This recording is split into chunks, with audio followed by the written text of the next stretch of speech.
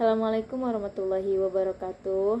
Hai guys, welcome back to my channel. Jadi kali ini kita bakal ngobrol santai lagi. Nah, hari ini kita bakal ngobrolin tren statue-statue atau budaya hustle culture, ya kan? Kalian tahu nggak sih asal-usul dari kedua tren ini? Nah, kali ini kita bahas yuk asal-usul dari tren ini dan apa dampaknya terhadap individu yang mengikuti tren ini. Nah, oke. Yang pertama kita akan ngebahas tentang tren statue-statue.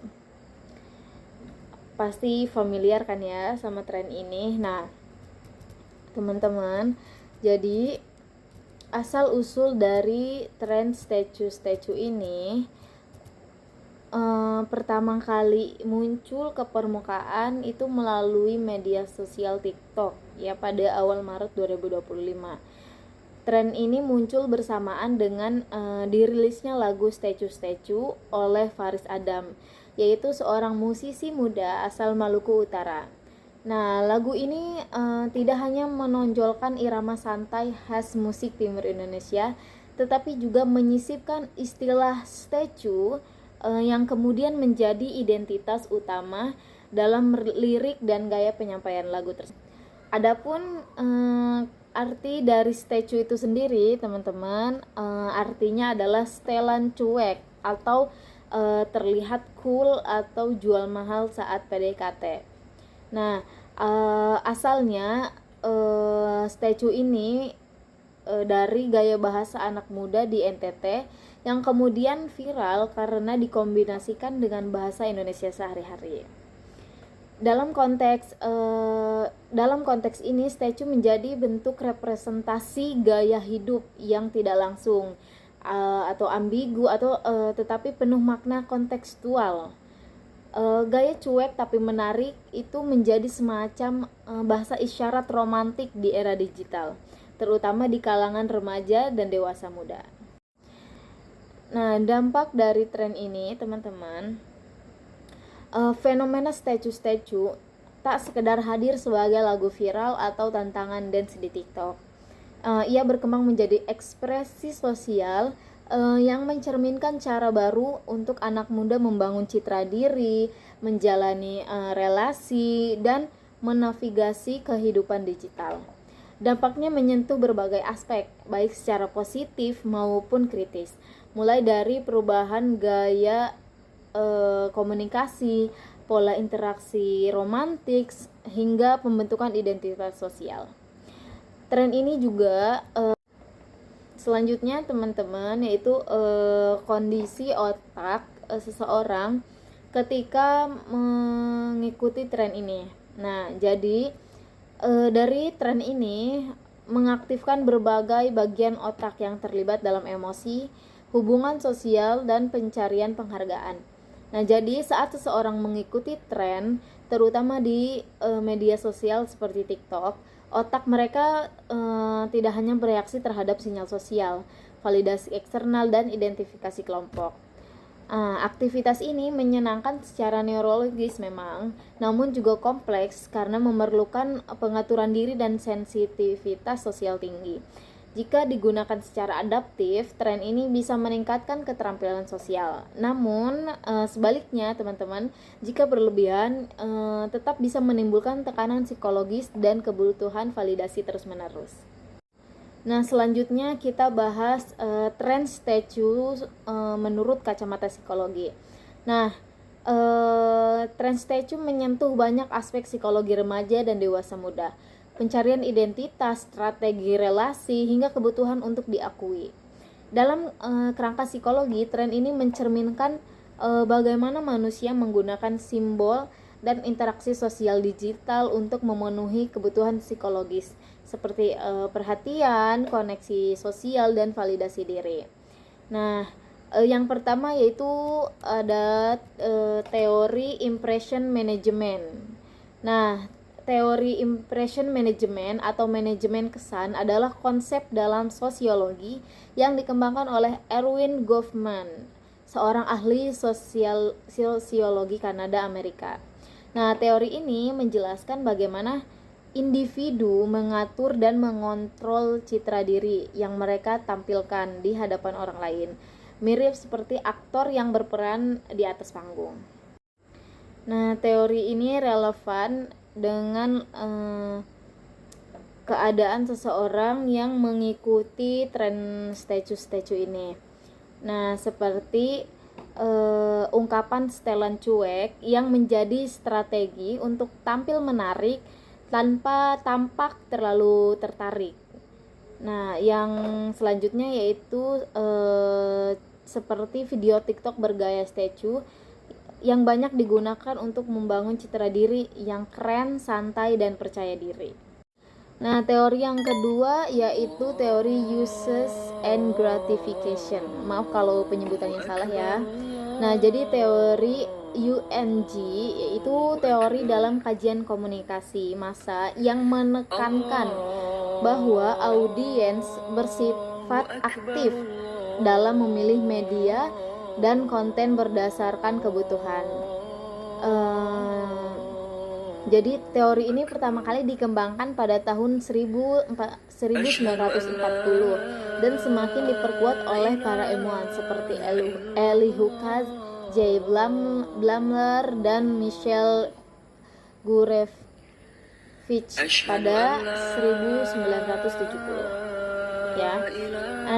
Alih-alih melihat media sosial sebagai entitas yang mempengaruhi pasif audiens, UNG ini memandang individu sebagai pengguna aktif yang secara sadar menggunakan media untuk mendapatkan gratifikasi atau kepuasan tertentu.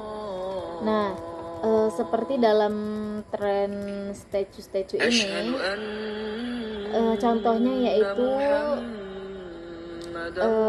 ya untuk hiburan. Nah, contohnya mengikuti challenge dengan alasan karena lucu dan ringan. Sedangkan untuk ekspresi yaitu membuat versi diri sendiri dari lirik atau caption statue. Nah, untuk interaksi sosial yaitu berkomentar atau duet atau speech dengan konten serupa. Yang ketiga yaitu teori social identity. Nah, teori ini yang paling berpengaruh dalam psikologi sosial modern, teman-teman, yang dikembangkan oleh Henry Tajfel dan berkembang lebih lanjut bersama John Turner pada 1970 dan 1980. Kemudian teori ini menjelaskan bagaimana sih individu mendefinisikan dirinya berdasarkan keanggotaan dalam kelompok sosial dan bagaimana hal ini mempengaruhi perilaku antar kelompok.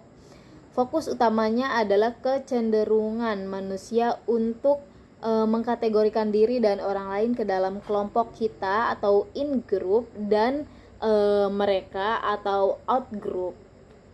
Relevansi dengan tren statue ini yaitu ketika seseorang mengikuti tren statue, nah mereka merasa menjadi bagian dari kelompok yang update, gaul, dan trendy. Nah, dan sebaliknya untuk orang yang tidak ikut tren ini, ya mereka merasa ya untuk orang yang tidak ikut tren ini ya berarti kurang gaul. Nah, seperti itu contohnya.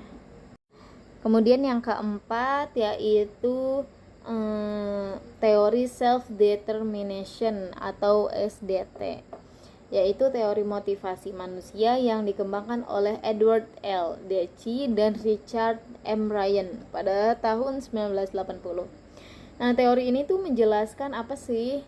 Nah, jadi teori ini menjelaskan bahwa motivasi yang paling kuat, tahan lama, dan sehat itu datang dari dalam diri atau motivasi intrinsik, ya, bukan dari imbalan atau tekanan luar atau motivasi ekstrinsik. Nah, SDT menyatakan bahwa kebutuhan psikologis dasar manusia itu harus terpenuhi agar individu dapat berkembang secara optimal, merasa termotivasi dan memiliki kesehatan psikologis yang baik. Adapun analisis teori ini yang masuk ke dalam strength statue, yaitu ada 3 kebutuhan psikologis utama. Nah, yang pertama dari sisi autonomi, yaitu membuat versi unik dari tren. Nah, yang kedua yaitu dari sisi kompetisi, yaitu ingin tampil bagus atau mendapat banyak like atau viewers. Nah, yang ketiga dari sisi relasi, yaitu ikut tren untuk merasa terhubung dengan komunitas TikTok. Nah, teori yang terakhir dari trend statue ini ya, yaitu yang kelima, trend playful ambiguity, yaitu teori yang berasal dari kajian teoritis seputar permainan dan ketidakjelasan makna, sebagaimana dikemukakan oleh Sharp and Thomas pada tahun 2019. Ketidakjelasan mengenai apa yang nyata dan tidak nyata, bukan menciptakan ruang interpretasi terbuka bagi peserta untuk membentuk makna secara singkatnya, teori ini adalah konsep yang menggambarkan bagaimana ketidakjelasan yang disengaja dalam konteks bermain atau interaksi kreatif membuka ruang interpretasi, kreativitas, dan keterlibatan. Dengan menjadikan batas antara nyata dan bayangan, serius dan main-main tidak jelas, orang terdorong aktif memaknai dan mengerjakan pengalaman bersama. Nah, ini juga bisa menjadi alat kuat dalam pendidikan, desain, game, hingga komunikasi. Contoh teori ini dalam trend statue yaitu seperti contohnya gaya cuek tapi niat, atau gaya komunikasi ambigu tapi penuh makna seperti flirting pasif agresif. Nah, trend statue menormalisasi bentuk komunikasi tidak langsung yang mengundang interpretasi dan respon sosial yang beragam. Selanjutnya kita bahas tentang tren hustle culture. Nah, teman-teman, istilah hustle culture yaitu pola pikir atau gaya hidup yang mendorong seseorang untuk terus bekerja keras, produktif, dan mengejar kesuksesan tanpa henti. Hustle culture menempatkan otak manusia dalam kondisi stres kronis dan stimulasi yang tinggi karena ekspektasi produktivitas yang terus-menerus. Nah, dalam jangka panjang, hal ini akan mempengaruhi struktur, fungsi, dan kimia otak, terutama bagian yang mengatur stres, emosi, konsentrasi, dan regulasi diri. Nah, kemudian bagaimana sih respon individu terhadap tren hustle culture ini? Nah, yang pertama yaitu internalisasi penuh atau kondisi di mana seseorang secara sadar maupun tidak sadar menerima dan menyerap nilai-nilai dari hustle culture sebagai bagian dari identitas pribadi dan sistem kepercayaannya. Nah, ini juga bukan sekedar mengikuti tren kerja keras, melainkan membangun keyakinan mendalam bahwa bekerja berlebihan atau produktivitas maksimal dan pencapaian konstan itu adalah esensi dari kehidupan yang bermakna dan sukses, atau menganggap hustle sebagai gaya hidup ideal, cenderung rentan terhadap stres dan depresi bila tidak tercapai. Nah, yang kedua yaitu kritik dan resistensi, yaitu merujuk pada kesadaran individu atau kelompok akan dampak negatif dari budaya kerja berlebihan dan keputusan sadar untuk menolaknya. Nah, kalau yang pertama yaitu penerimaan tadi, nah sedangkan yang kedua ini yaitu penolakan terhadap hustle culture. Nah, bentuk penolakan ini muncul karena ketidaksetujuan terhadap narasi dominan yang menggunakan produktivitas tanpa henti sebagai tolak ukur kesuksesan dan nilai diri. Nah, jadi respon individu terhadap hustle culture ini ada dua ya. Jadi dari yang pertama itu penerimaan ya. Jadi ada sebagian orang yang menerima hustle culture ini. Nah, yang kedua ini penolakan atau ya menolak adanya budaya hustle culture ini. Nah, yang ketiga juga ternyata ada, yaitu kompromi adaptif atau lebih tepatnya sikap tengah atau di tengah-tengah antara penolakan dan juga penerimaan. Nah, individu yang termasuk ke dalam kompromi adaptif ini merespon tekanan hustle culture. Alih-alih sepenuhnya menolak atau menerima budaya kerja ekstrim, individu ini memilih pendekatan seimbang, mengadopsi nilai produktivitas secara selektif namun tetap menjaga kesehatan mental, keseimbangan hidup, dan nilai-nilai pribadi. Seperti menerapkan prinsip kerja keras namun dengan batasan sehat, seperti work-life balance, mindful productivity, dan intentional living. Nah, jadi dalam skema nomor 3 ini ya, yang di tengah-tengah ini, produktivitas bukan ditinggalkan, jadi melainkan dikelola secara sadar agar tidak menjadi sumber stres atau sumber identitas utama. Individu yang bersikap kompromi adaptif ini umumnya tetap menghargai pencapaian namun tidak mengorbankan diri sepenuhnya demi ambisi atau ekspektasi sosial. Oke, selanjutnya yaitu dampak dari hustle culture. Jadi tren hustle culture ini memiliki dua dampak ya, yang terbagi menjadi dua maksudnya. Nah, yang pertama yaitu dampak negatif dan juga dampak positif.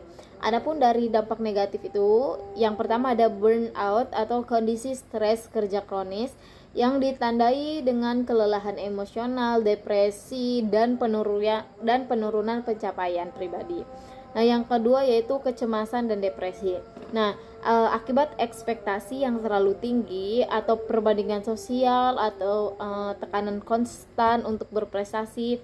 Jadi individu yang mengikuti tren hustle culture ini tidak sedikit mendapatkan dampak negatifnya, seperti dampak negatif dari tren ini.